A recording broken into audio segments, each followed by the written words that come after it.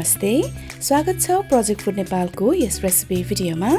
यदि तपाईहरुको घरमा नास्ताको लागि आइडिया खोज्दै हुनुहुन्छ र घरमा भएको ब्रेडको डेट सिद्धिन लागेको छ भने यो स्टफ्ड ब्रेड रोलको रेसिपी एकचोटी पक्का पनि ट्राई गर्नुहोला। बाहिरबाट क्रन्ची र भित्र आलुको मिक्सचरले गर्दा यो डिश एकदमै मिठो हुन्छ। आउनुहोस् पकाउनतिर लागौं।